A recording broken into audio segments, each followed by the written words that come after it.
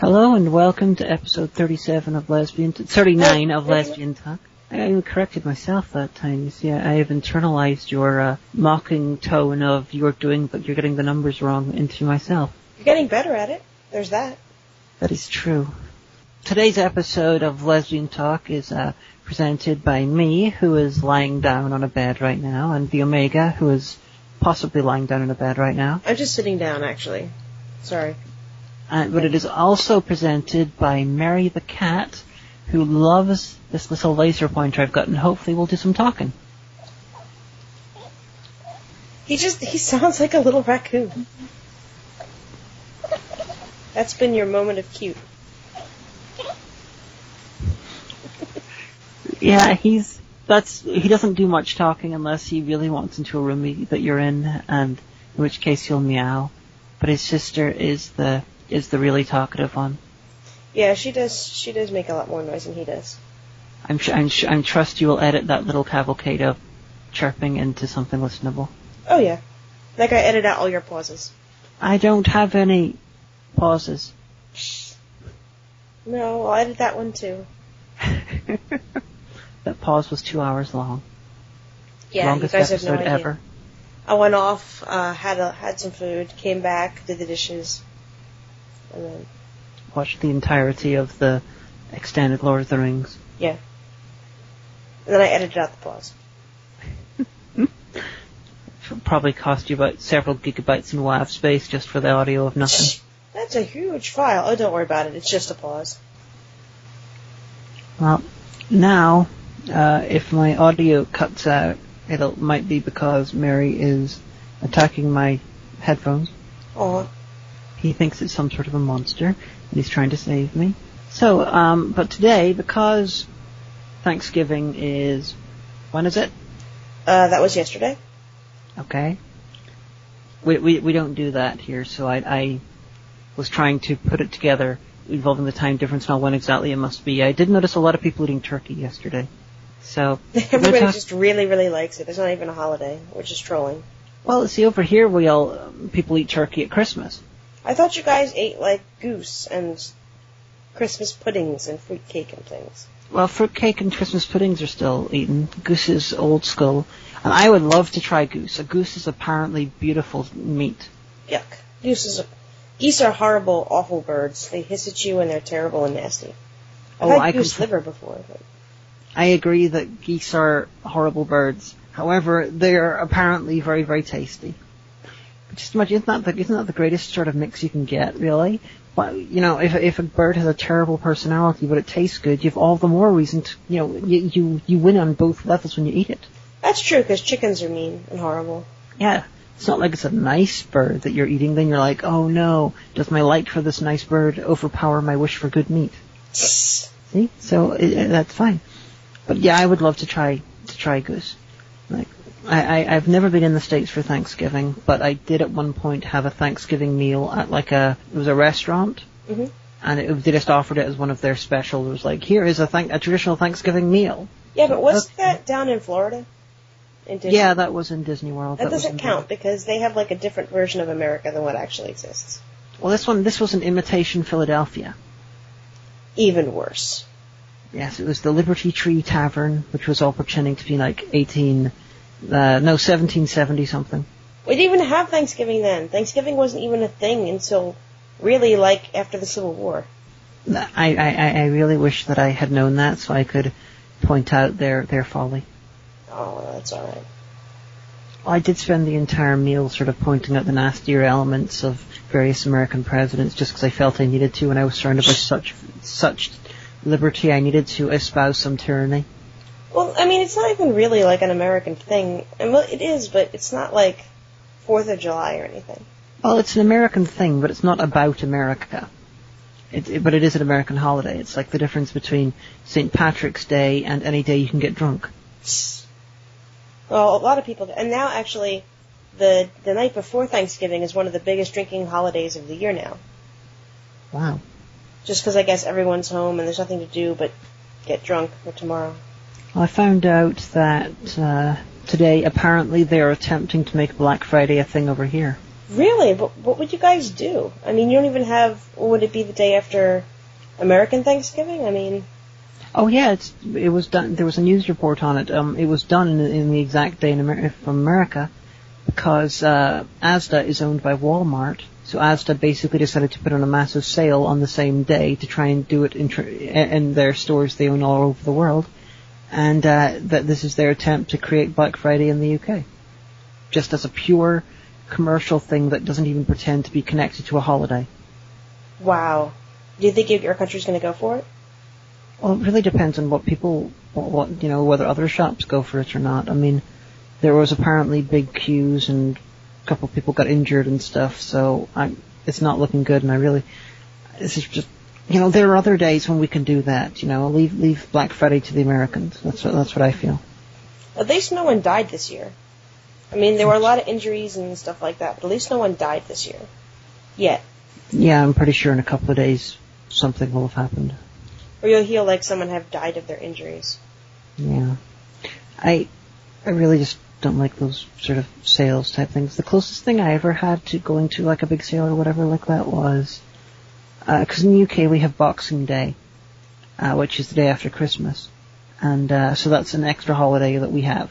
And around Boxing Day is when the sales would start, but they were called the January sales. It was originally starting off just after New Year, but they sometimes would start off like 26th, 27th, depending on the shop. And there was pretty big sales there, but I didn't see anyone go crazy. Although I once did flail and sort of get really excitable when I found a really cheap copy of the Ninth Gate soundtrack for sale. Only you. It's not a good movie, but it's like In the Mouth of Madness, in that it's a very literary horror film, because it's about books. But it's unlike In the Mouth of Madness, it's not very good. But the soundtrack's fucking great. And so you would have punched out an old lady just to buy that soundtrack on sale? Honestly, I don't think anyone else wanted it. No. Yeah, I gotta show you the Ninth Gate at some point. It's got Johnny Depp in it. I've seen the Ninth Gate. I own it on DVD. Oh, okay. I didn't realize that. Of course. So then we can talk about that in another episode. Yeah. But it's just like, I mean, I don't know. You hear this such horrible stuff that goes on, and I can't understand it. Yeah, I thought most people who wanted cheap deals would go off and order stuff from Amazon or anyway. Well, and that's what you can do. I mean, you can just sit at home, you can buy it in one click, and most of the doorbusters they have, they're just, and the companies these days even admit it, they're just a way to get people in the door, It's not even, I don't know.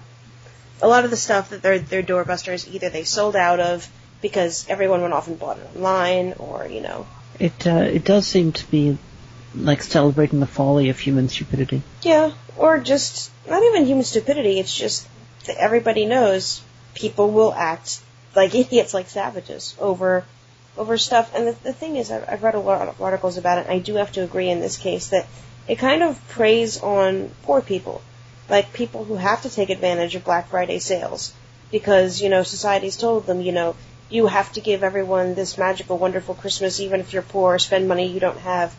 And so what other way are they going to be able to buy all the gifts that, they think that they need to get for everyone and still be able to pay rent and buy food and stuff like that? You got a point. Because the other way would be to not do Christmas. Yeah, well, that's un-American. On the other hand, I just had an idea, which makes sense to me, that if you don't do Christmas, but choose another time of year which your family will give each other presents and stuff, so that you can do that and not have to deal with all this shit. I've heard of families doing that, but then you have to. How are you going to ignore the whole holiday season? I am a semi-expert in trying to ignore Christmas, well, so yeah, I'll answer that. You basically you ignore as much as you can, and then the rest of the time you try not to spoil anyone else's fun, but you try to keep yourself as far away from it as possible. Well, you had fun last year at Christmas in America, right? Christmas was a little bit different than over here, so a little bit of my visceral dislike was a bit different. I'm still not a big fan of Christmas, but I'm looking forward to coming over and seeing you this Christmas, because although not for Christmas itself, but for different reasons, like seeing you and. Oh. Well, if there's any concession, all my family is really happy that you're going to be here, so. I'm still convinced they all hate me because I'm terrible. No, what are you even talking about? Oh, I'm talking about me being terrible and them hating me. Well, you know, my one cousin likes you. Well, that's because I know people he's a fan of. Yeah, but then, if you guys don't, so my little cousin is a huge Linkara and Spoonie and Doug fan. Yeah, he's good, Kevin. He's good. He's a good kid, yeah. I was fighting the urge to call him a good kid because then I would be like I was taking over your identity. How can you be taking over my identity? He's a kid and he's good, so there you go. So, having not done Thanksgiving properly, you have to be the expert here. Okay, well, it's just basically, I mean, every family does stuff differently. I mean, some families go out to dinner. You know, that's their tradition. Some families don't. For the past several years, we've always just done it here at my parents' house. I'm actually still there right now, actually. You know, usually it was just my grandmother and my aunt and uncle and my little cousin and, you know, it was small and quiet, but you have to do, like, a lot of cooking. That's the thing for Thanksgiving. You cook everything. And I was responsible for cooking the desserts this year. And so that was my thing. Which is pretty convenient because it got me out of doing everything else. And I heard that they went down pretty well. They did, actually. I made the Mars bar cake, a.k.a. Irish toffee squares, and a recipe that everyone was so amazed with, and I found on, like, a cooking blog, and it was red velvet brownies with white chocolate buttercream icing, and they were actually really, really good, so I've been requested now to make them for Christmas, too. Ah, so they preferred the brownies over the Mars bar cake? Well, no, they asked me to make both, but, you know. But my uncle he said, this came from scratch? You can tell it wasn't from a mix, and I was like, well, I mean, it's flour and eggs and, you know, brownie, things that go into brownies. I haven't had much in the way of brownies in my life because it's not one of the traditional confectionery things over here. Like, you can get them over here. They were much harder to get when I was a child than they are now. But I don't have a visceral connection to brownies. Well, honey, I don't think anyone has a really visceral connection to brownies. Well, I'm just thinking if you grow up with them, they are a thing from your childhood. While I have that with Mars bar cake, which is like Scottish shortbread with caramel and chocolate. And I don't have that with brownies. Well, these ones, it wasn't caramel. It was toffee. And I know, because I had to stand there for like 25 minutes stirring it on the stove. I think you can also do it with caramel. That would have made my life a lot easier. Of course, the recipe for it, where did it come from? It came off of a website.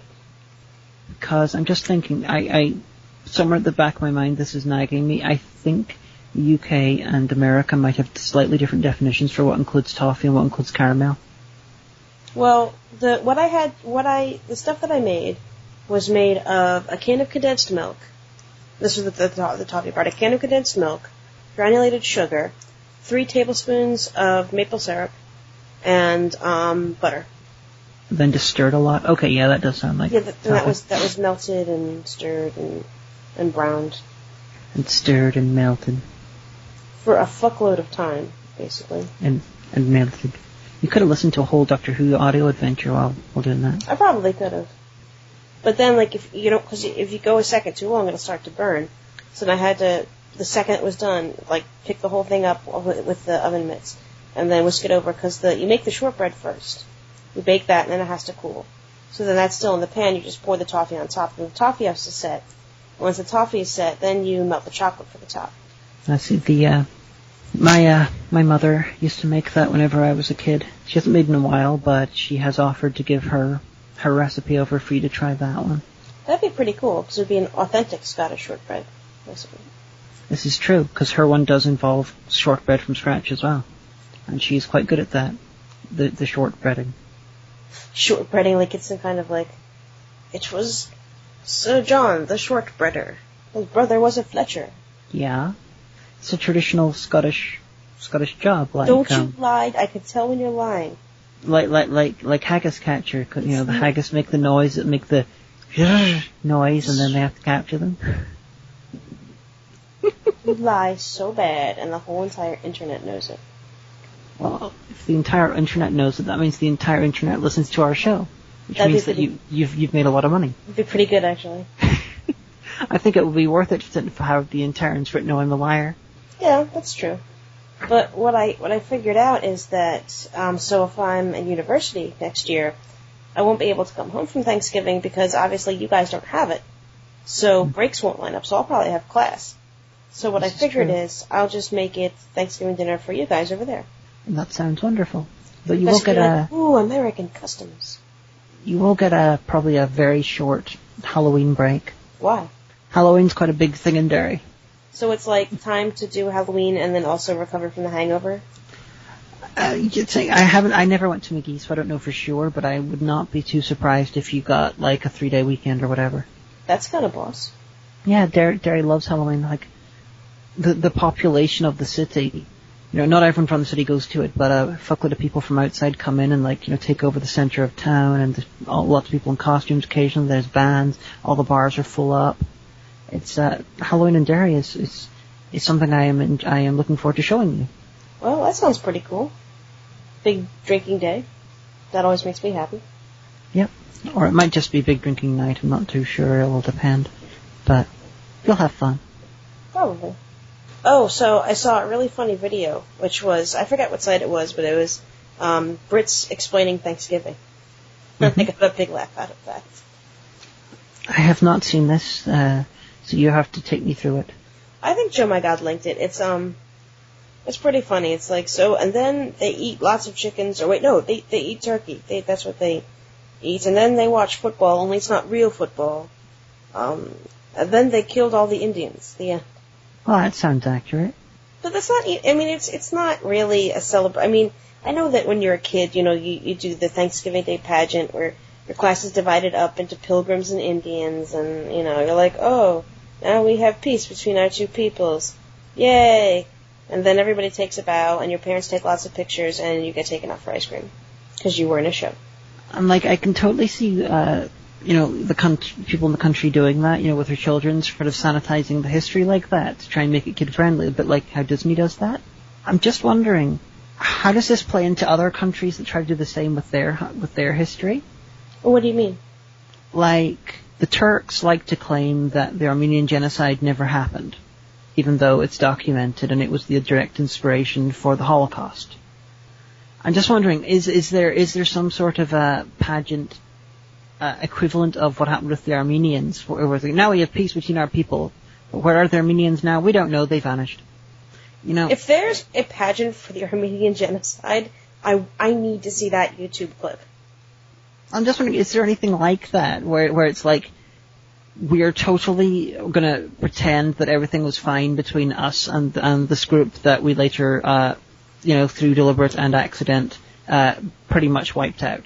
Why are you asking me? Why am I an expert in the Armenian genocide all of a sudden? I'm not just, this is just a sort of a hypothetical thing. It's just because, being a non-American, I don't have I don't want to say the word visceral again, but a sort of an emotional connection to Thanksgiving, being of childhood and sort of happiness and patriotism and good times and everything. So all I see is a party that celebrates the precursor to the wiping out of the Native Americans. Well, it's not really like that. I mean, it's hard to explain, And I don't dispute that. I'm a foreigner, so I do not get it. Well, it's kind of like Labor Day, you say Labor Day and everyone thinks about the last barbecues of summer and, Labor Day sales because you're going into autumn and stuff like that. But if you're like, oh, well then, of course you must be celebrating the long storied history of the labor movement, people will be like, I don't know, but I have to get barbecue supplies. So yeah. It's kind of like that. But in Labor Day, do they have pageants where kids dress up as union members and other ones are strike breakers and they all become friends at the end? Well, no, because Labor Day takes place at the end of the summer, so you're not in school.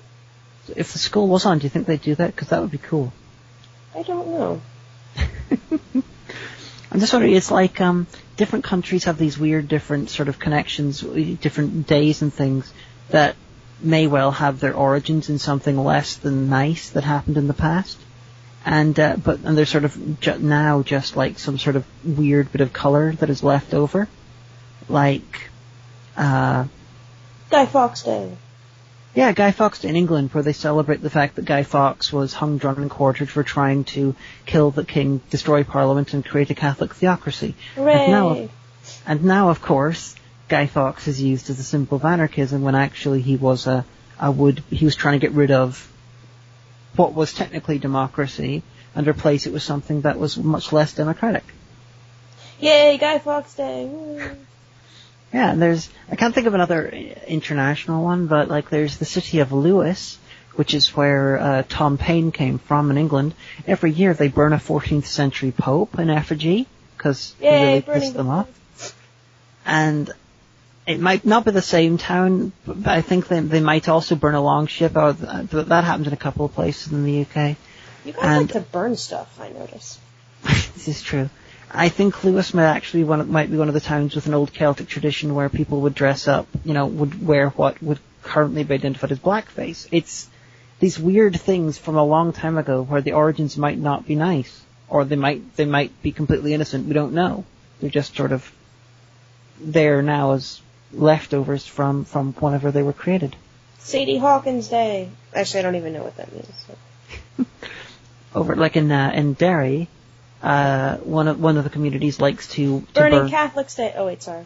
Well, actually, no. They like to burn the effigy of Lundy, who I believe was a Protestant. Burning Protestants Day. No, it's the other Protestants doing it. Lundy to the Protestants in Derry is basically the equivalent of Benedict Arnold, but without actually being a good general before he betrayed them. Eggs Benedict Arnold Day. All right, I'm gonna stop that now. But you had a point with these sort of weird traditional days might bear very little resemblance to their original day. Yeah, like you guys have all sorts of archaic shit like that, like I don't know, the Tri-County Turnip Festival or some bullshit. But there's the small town in England where you roll cheese down a hill. Yes, what a waste. And there's a place, I believe it's in England as well, where you have to, where they have this little sport which is only ever played in their town, which is dwarf tossing. That's terrible. Where you throw little people around. That's horrible. And that inspired directly a bunch of things that Peter Jackson thought was hilarious in The Two Towers, where they were talking about tossing the dwarf. Do the little people even get paid? That I don't know. They should get paid. But it's still done over there. The longer a country exists, or the longer that communities exist, then the more the origins of the weird shit which made sense at the time, the less they make sense. That's pretty true.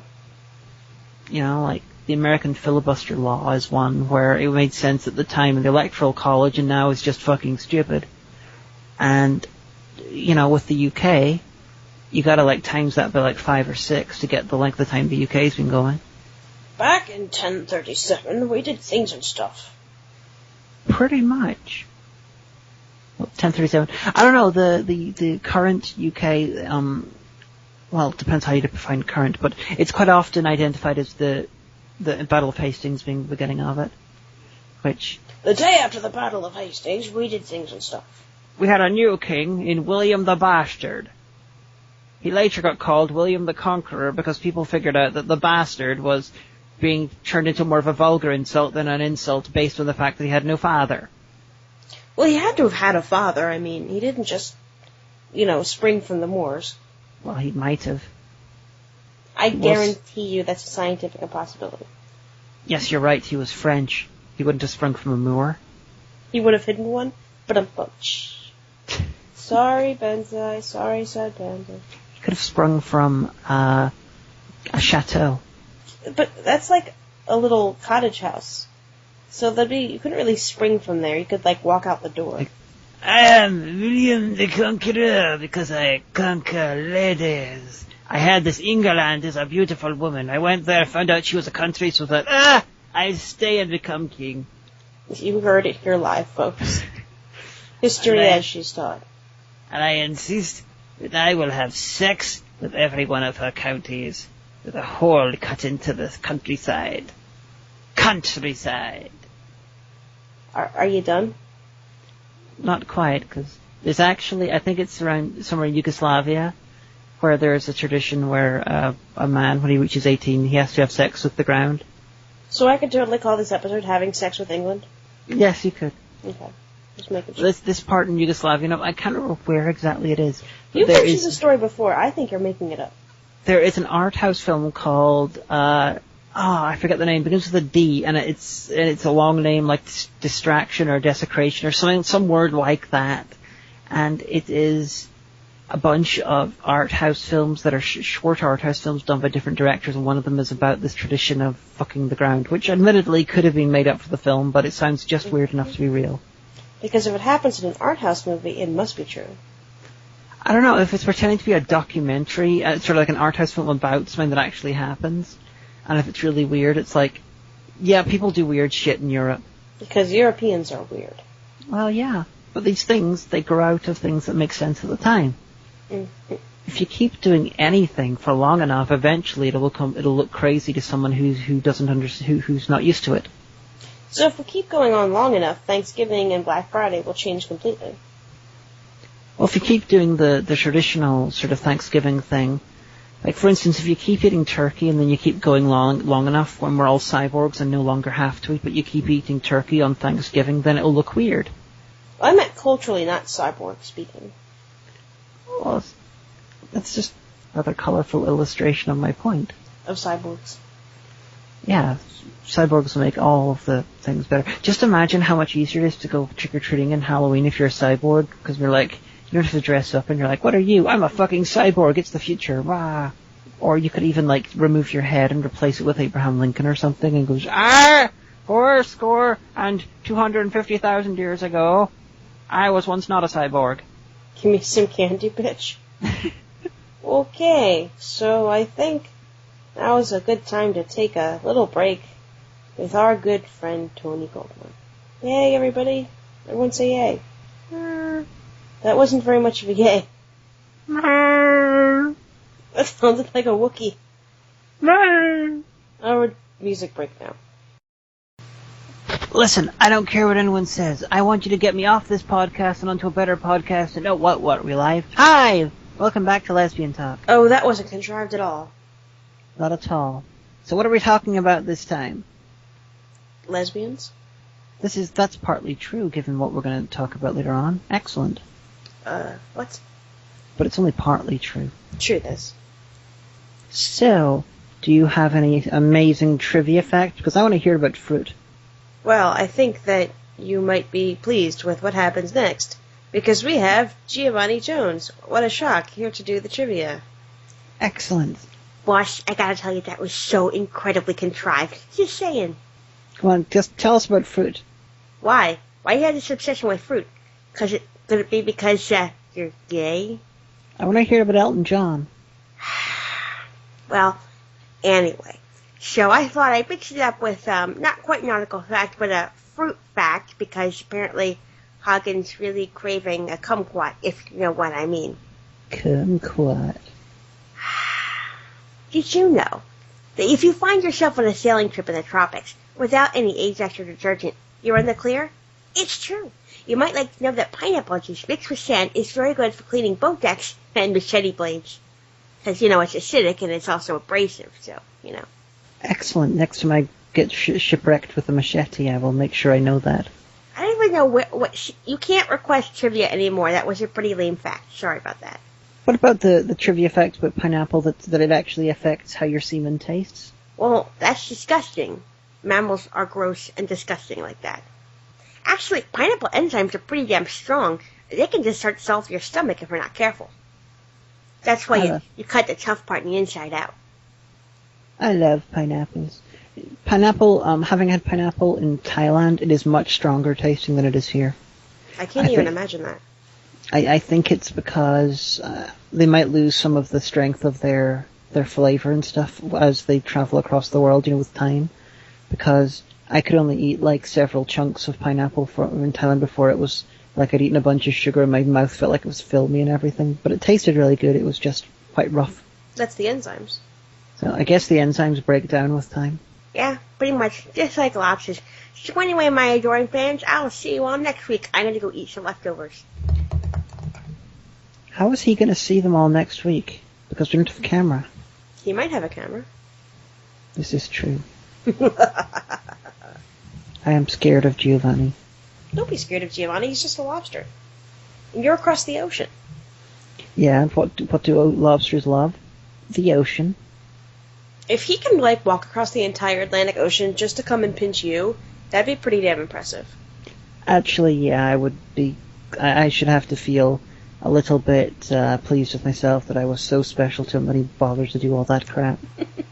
So anyway, because we missed it last time, because we had super major awesome fun spoilery Doctor Who time, it's time for everyone else's except mine's favorite part of the show, which is One Time at the Store. And if you're just joining us for the first time tonight, if this is the first time you've ever heard the show, I've been working at a large chain bookstore for about a decade now, and I've seen and heard pretty much all of it, and this is some.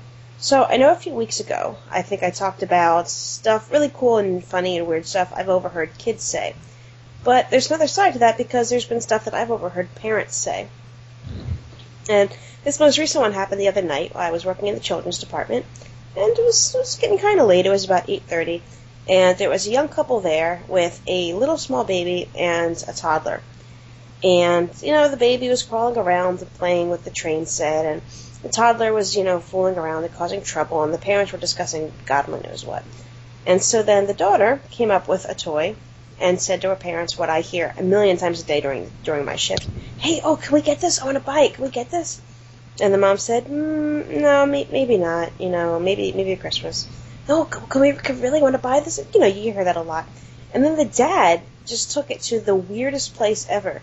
He said, see, that's why we don't ever want to take you anywhere, because this is all that we ever hear. You're obsessed with having things. You don't want the toy because you want to play with it. You're just obsessed with having it and possessing it. That's really not healthy. And it was like, I could see saying that to like maybe a 14 or 15-year-old, but this kid was like 4. And she just kind of looked at him for a second and goes, but can we get it? And he's like, see, he says to the wife, it's lost on her. And I wanted to be like, listen, dude, I get what you're saying. I really do. But I think 4 is a little bit too young for the evils of capitalism. Just saying. Yeah, it's a little bit like, 4-year-old, don't you understand? Dostoevsky is all about pineapples. What are you having an issue? Would you like a pineapple? No, it's just because we were talking about pineapples earlier. Well, I mean, or it's a bit like, I'm sure there was a comedy sketch of some sort involving this person doing a really long epic speech, and then you cut to like a cat watching them and then just walking away. It's just one of these things where it's like it's completely lost on the audience. And it was just the weirdest little tirade in like the middle of children's, and I mean, they probably weren't embarrassed. They saw me standing like right there at the desk. But then, I mean, I have heard, it's better than lying, because I've heard parents say, oh, we can't buy that because mommy has no more money for today. Or, we have no more money in the world, sorry, I can't buy you toys. The best lie that I ever heard was, this was a few years ago. And actually, I think you were still you had just left the country when Hurricane Sandy blew through, right before Halloween. Oh, I was there when Hurricane Sandy hit. Yeah, but I think you'd left by Halloween, hadn't you? Oh, yeah. And so I was going in to the store, and I was coming in to close, and there was a woman dragging her son in, and he's like maybe 5 or 6, and he's like, I don't want to go to the bookstore, I don't want to go out. And her mom's like, Mom just needs a book, just come on, And he said, I want to go trick-or-treating. And then she said to him, you can't. President Obama canceled Halloween, remember? And I was like, oh, you liar. And he said, no, he didn't. And she said, yes, he did, because of the storm. No one can go trick-or-treating. They canceled it. The president canceled it. And so I'm thinking about this, like when this guy's like 20, in college at like a party or something like that. And he's like, hey, you guys, remember the year that President Obama canceled Halloween? Wasn't that weird? Wow. And everyone will look at him like he's an idiot. And he'll be like, what? And they'll be like, President Obama never canceled Halloween. And he'll be like, yeah, he did, when Hurricane Sandy. And they'll say, well, actually, the only thing that happened was Governor Chris Christie changed, the celebration of Halloween in storm-affected areas, but Obama didn't do anything about that.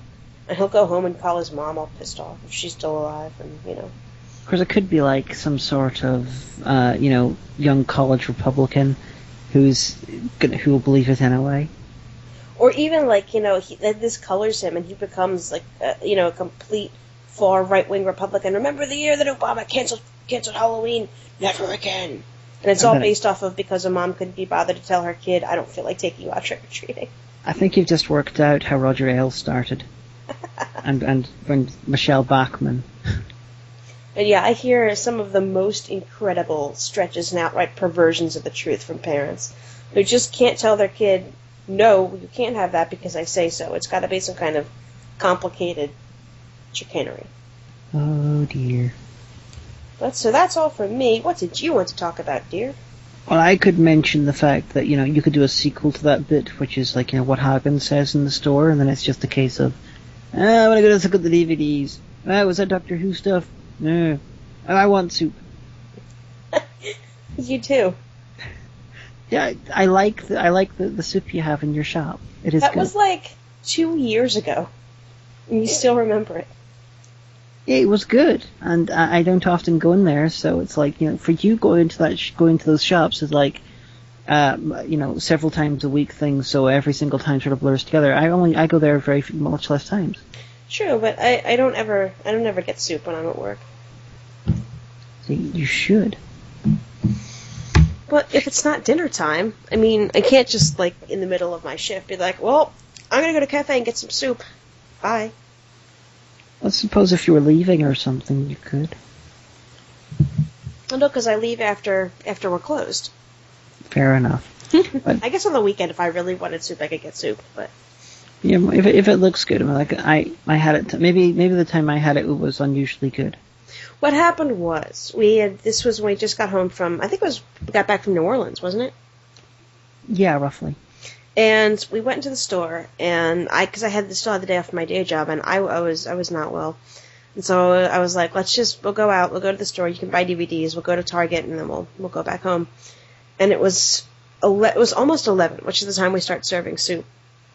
I went into a cafe to see a friend of mine, and what drew you to the soup, I must ask? I can't recall, I think it was the flavor. But she said, can I have soup? And I was like, honey, you can't, it's not time yet. And the woman that I was working with was like, well, let me go check. And she was like, no, it's the right temperature. We can serve it now.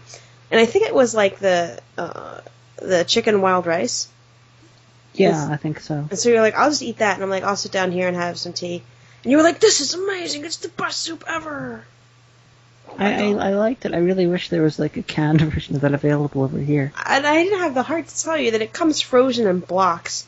And it's one of the cream soups. So basically what you do is you pop the frozen chunk of soup out of the plastic, you put it in the tureen, in a liner, and you add a gallon of whole milk. And then you just turn on the tureen until it's 170 degrees, and then you serve. Oh, I don't doubt any of that. It was good. It's all the MSG.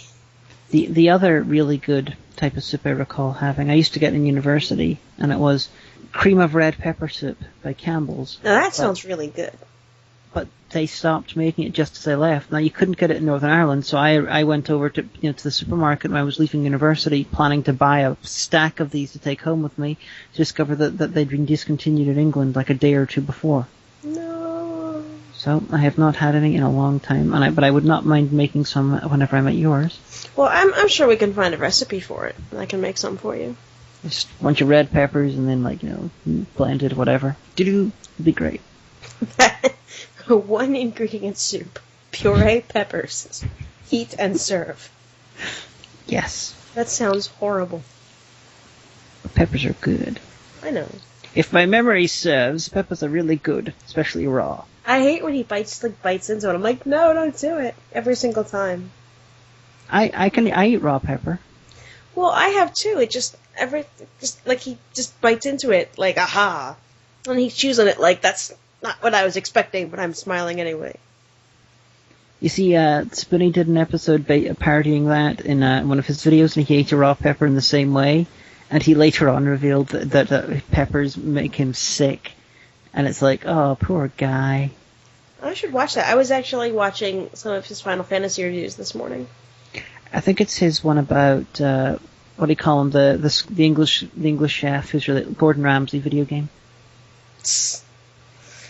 But anyway, But onto a different thing. You had something you wanted to talk about, didn't you? There's many things I want to talk about.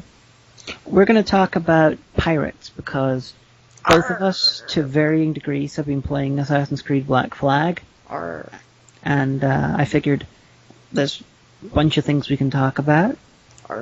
You know, we can talk about the video game, we can talk about Anne Bonny and Mary Read, we can talk about even Blackbeard's Ghost, or Sodom in the Pirate Tradition, or Pirates of the Caribbean. If Assassin's Creed Pirate, you get to be a pirate. Yeah.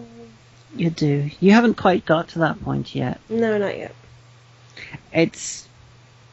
Keep at it, because it's you know, I don't really give a shit about the missions at this point. The only reason right now that I'm doing missions is because I really want to access the diving bell, so I can go and attack at sunken treasure. So you basically just want to do the side quests? Yeah, and attack, you know, Spanish and British ships. I mean, my little ship, you know, I keep adding stuff onto it, but I've taken out 2 man-of-wars. At one point, I took on 2 man-of-wars at once, crippled one, but it got away, and then, you know, boarded and sunk the other, while the other one was escaping. You know, I don't know if it was entirely fair on my part, though, because the 2 man-of-wars were fighting each other when I came in the middle and fought them both. Wow, I'm so impressed. Damn right. It's so sexy. I sent so many, like, things at them. But for anyone who's played the Assassin's Creed games, this one, it's not really an Assassin's Creed game. It's like an Assassin's Creed universe set side game, which is good. I mean, this should not be Assassin's Creed 4. This should just be Black Flag. Hey, it's a pirate game set in the Assassin's Creed universe, but it's not an Assassin's Creed game. But that's not a bad thing. This is fucking great. I can shoot a flintlock pistol. My character has 3 of them now. So he can shoot one with his penis. No, you shoot one, you shoot one, you shoot one. Then you have to reload all 3. Then you pull out the minigun. And if you hunt things, you can make things out of their body parts and all. Like, I've been hunting hammerhead sharks and bull sharks, and I wrestled alligators until they didn't die after the wrestling, so I shot them in the head. I mean, like, the framework of it is that this is your job, is to go into someone's memories and get interesting footage for a video game. And so, like, whenever I desynchronize because I screw up or I'm not telling the guy right or something happens, I'm really worried that, like, that pops in a report somewhere and, like, pretend boss is eventually going to come over and tell me I'm dying too much. Do I really want a future with this company? Well, I see it as you're like a memory beta tester. Yeah, and also the fact that it's like a company in Montreal. I know, like, Ubisoft is French and everything. That kind of grates me the wrong way these days. Some, like, stupid Quebecois, they can go fuck their company. Oh, wait. I work for them. Watching pirate footage. It's weird. Yeah, the other Assassin's Creed games weren't set up like that. They've extracted the memories from the main character from the other Assassin's Creed games. I didn't realize he had died at the end of the last one. Oh, spoiler! No, I'm just kidding. Well, they said at the start of this one. I'm sorry, the game's a year old and not spoiling. I'm kidding. But yeah, they extracted his brain matter and basically extracted his memories. Although I really do not care for the modern day plot of the Assassin's Creed games. And the other ones, it was like, oh, we're going and fighting against the Templars, so let's go into your memories to learn shit about that we can use in the future against them, da da da da da. And then this one, it's like, hey, we're creating a video game based on it. Why don't you sit down at your desk and do your job, asshole? Okay, I'll go into the past. At least they've forgotten that they've forgotten to pretend that the modern day plot means a shit. Well, it might. I mean, there might be something nefarious going on. Whenever there's a large company that seems really awesome, of course they're evil. Oh, I don't doubt it. It's just like, with this one, it's like, I don't even care about the story. I just want to sail around and fight people. You can go whaling too, right? Yeah, you can go whaling. I've not taken out a great white. I've not taken. The largest thing I've taken out is a killer whale. Pete is gonna be pissed. I was all like there, shirtless, with a harpoon, being all whoosh, whoosh, whoosh. They're killing whales, but they're digital whales. It doesn't matter. And you can take out hunting-wise, you can take out like ocelots and leopards and wild pigs and hutas. I think it's called huta, the tiny little rodent things you can get in South America. Oh, yeah. You can take out howler monkeys and capuchin monkeys and all. So basically, you just want to pick fights and abuse animals. Well, in order to make some things, you've got to buy product from their bodies. If you want the top what are you armor, doing? I'm just killing animals. Don't mind me. If you want the top armor, you've got to get like great white shark skin or whatever. Yeah, well, but it's a lot of fun, and if you I know you're playing Eternal Sonata right now, but I'm having a lot of fun. Whenever you finish Eternal Sonata, go back onto the Assassin's Creed. I think you'll have fun. Well, I might pick. I don't know. I think I told you, but I'll tell the audience too. I nearly picked up the Legendary Edition of Skyrim, but I decided I'll just put that on my Christmas list instead. I have not played Skyrim, but Nicola has. Everyone who's played it said it's good, and it's on sale. Well, see, it was on GameStop's website. It's half off. It's like $30. And I was like, oh, that's cool. Well, there's a GameStop right down the street from me in the mall. Oh, but it's Black Friday. I don't want to go out. I'll just reserve it in store, and then I'll go tomorrow. But the reserve in store function is disabled for today.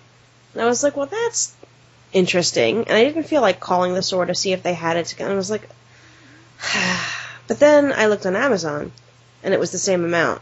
So I was like, well, I'll just put this on my wish list for Christmas. There you go. Dun dun dun. And then I bought the Sega Arcade Collection because it was $14 with free shipping. So. Oh yeah, that'll keep me busy. That's a fun collection. I'll play Echo the Dolphin. I'm all nostalgic forever and ever and ever. See, when I first got my Sega Genesis, I got it for getting good grades because I was desperate for a console. I begged for a Nintendo, and my parents were like, no, it's evil. And I begged for an SNES, and they were like, no, video games are bad somehow. And then I begged and begged and begged for a Game Boy.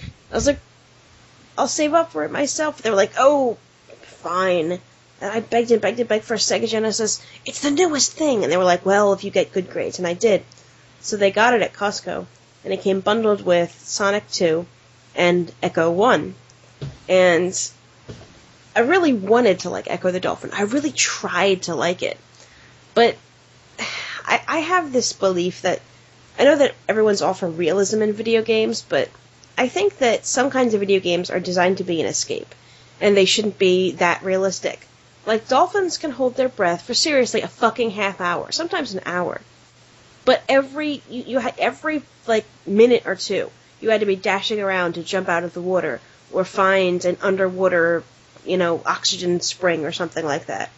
And that just killed the whole thing for me. Plus I couldn't keep back that motherfucking octopus. I think with the Echo, they were trying to have it be, like, not have it real time, have it, like, accelerated time. So the sheer amount of time that I spent fucking around, popping jellyfish and thumping fish. I think that's probably a slightly more unrealistic part.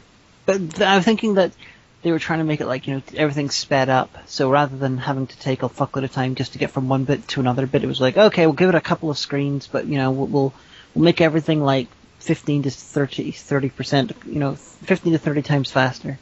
And it was like all these puzzles and talking crystals and stuff, and, I was It was New Age, the video game. Yeah, pretty much. And I was like, I don't give a fuck about dolphins. That Early phase of my 90s. life is over.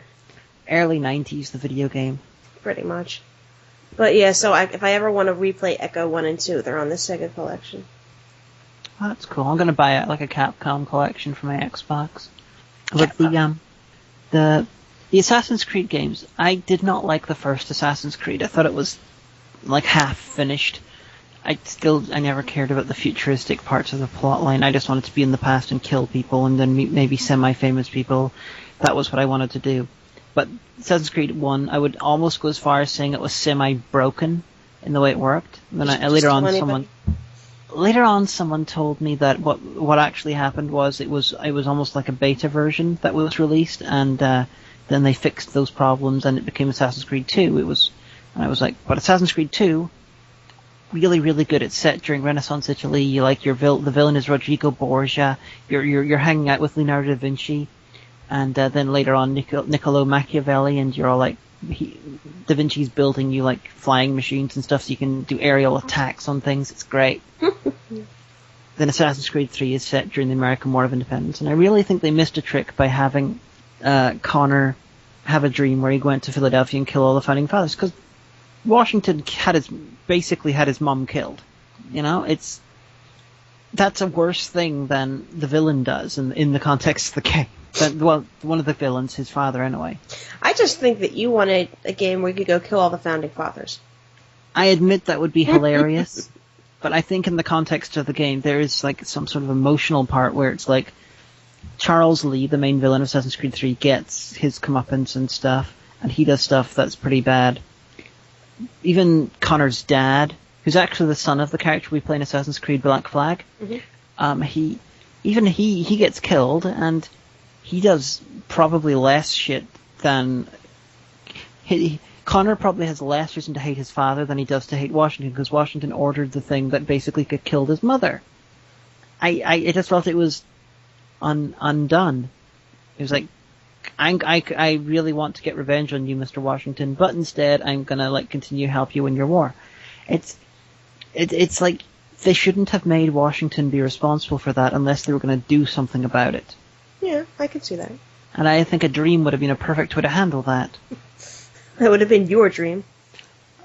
Or they could have done the Assassin's Creed, not the Inglourious Bastards route and just had, murdering Washington, and it's like, the end, and it's like, holy fuck, I didn't see that coming. Then they discover the United States of America is actually ruled by Guam. Why Guam? Because obviously if Washington didn't survive, then Guam, with their great cyborg army of werewolves, invaded at some point in like 1850. So, anyway, guess what time it is? After your fantasies of Guam devastation. Dictionary? Mm-hmm. No, it's world Guam domination time. But for anyone, if you haven't tried the Assassin's Creed games, try to. You would probably like it. And there's it's 2 spin-off games, Revelation and Brotherhood, and then you got Assassin's Creed 3, and then this one, which feels less like a continuation of the same series, but a really good game in its own right, and I don't think it should have been an Assassin's Creed game per se. Them's the facts. Well, though I remember while playing Assassin's Creed 3, I was annoyed we couldn't go back and replay the ship battles, which was some of the best parts of Assassin's Creed 3. And I remember saying that I would love this engine to be the basis of a full game. And see, I think that you and every other critic ever said that. And they were like, maybe we could make that the basis of a whole entire game. Yeah, and they did that, and that makes Assassin's Creed 4 so good. And, the ongoing storyline of the Assassin's Creed games is not interesting. I wish they would just drop it. If you ignore the ongoing storyline and you just concentrate on Welsh guy going around killing shit, then it's great. So the dictionary? 376. 376, okay. Alright, 1 or 2? 2. Out of 18. Because we were talking about Assassin's Creed 4, 4. Okay. Lead off, a beginning, the first. Leadoff man in baseball, the first player at bat in an inning or in a lineup. Wow, that's going to lead off our 4th set of 10. Oh yeah, next episode is our 40th episode. It's not like that's not a diamond jubilee or whatever. It's something golden, silver. I don't know what it is, but 50th will be sometime in January. Although I think we missed 1 or 2 weeks. Yeah, we probably did. Well, it hasn't been consistent. But yeah, so if we keep on going at 1 a week, probably be the end of January, early February will be episode 50. But our 1-year anniversary will be the end of December, so about a month away from that. Dun, dun, dun. Did you ever even think that you'd be dealing with us for a year? I got the feeling that no one's going to be listening to us by the time that comes around. Yeah, probably, you're right. So, anyway, for this week, I have been the Omega, and who do you want to have been this week? I have been Murder. I'm glad that Desmond fucking Miles is dead, motherfucker. Okay. So there that was.